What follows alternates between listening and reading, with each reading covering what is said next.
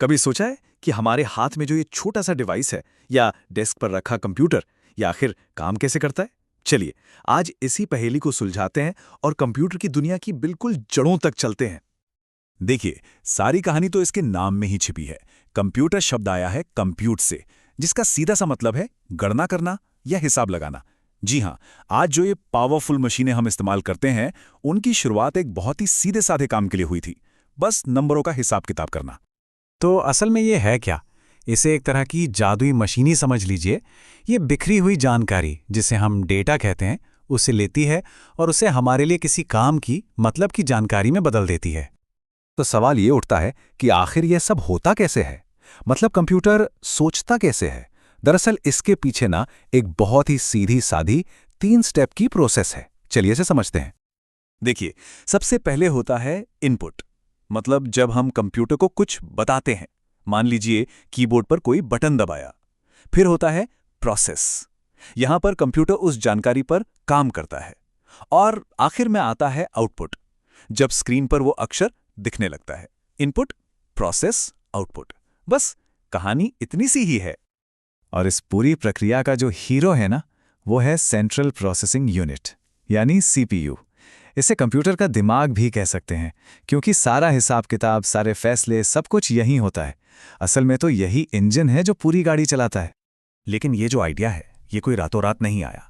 Computer की कहानी कोई नई नहीं है, बल्कि हजारों साल पुरानी है। और ये सफर बहुत ही दिलचस्प रहा है।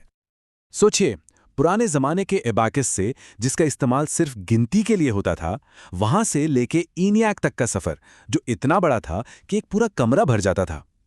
हर एक खोज, हर एक आविष्कार का मकसद सिर्फ एक था: कैलकुलेशन को कैसे तेज किया जाए और ऑटोमेटिक बनाया जाए। पर इन शुरुआती मशीनों के साथ ना बहुत सारी दिक्कतें थीं। एक तो ये बहुत स्लो थी, दूसरा इनके पुर्जे टूटते रहते थे, तो ये भरोसेमंद भी नहीं थी। और सबसे बड़ी मुसीबत, इन्हें किसी नए काम के लिए तैयार करना, अरे बाप रे, वो तो एक बुरे सपने जैसा था।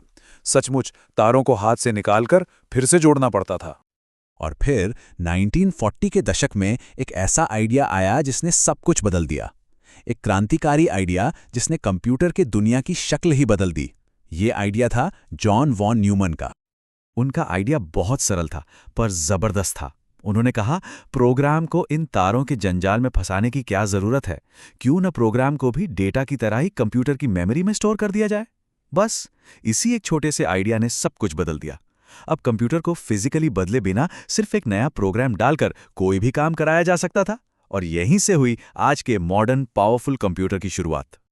तो ये तो हुई कॉन्सेप्ट की बात। चलिए अब जरा उन चीज़ों को देखते हैं जिनसे ये मशीन असल में बनती है। मतलब बात करते हैं कंप्यूटर हार्डवेयर की। अब हार्डवेयर क्या होता है? बहुत ही सिंपल है। कंप्यूटर का कोई भी हिस्सा जिसे हम अपनी आंखों से देख सकते हैं और अपने हाथों से छू सकते हैं, बस वही हार्डवेयर है। जैसे कि हमारा कीबोर्ड, माउस, स्क्रीन या मॉनिटर, प्रिंटर, ये सब हार्डवेयर के ही तो उदाहरण हैं। ये वही चीज़ें हैं जिनकी मदद से हम कंप्यूटर से और कंप्यूटर हमसे बातचीत कर पाता है। और इस हार्डवेयर को ना हम मोटे तौर पे 2 हिस्सों में बांट सकते हैं। एक होता है इंटरनल हार्डवेयर, मतलब वो सारे पार्ट्स जो कंप्यूटर के बॉक्स के अंदर होते हैं। और दूसरा होता है एक्सटर्नल हार्डवेयर, यानी वो डिवाइस जो हम बाहर से कनेक्ट करते हैं। और ये सारी बातें हमें एक आखिरी सवाल पर लाके खड़ा कर देती हैं।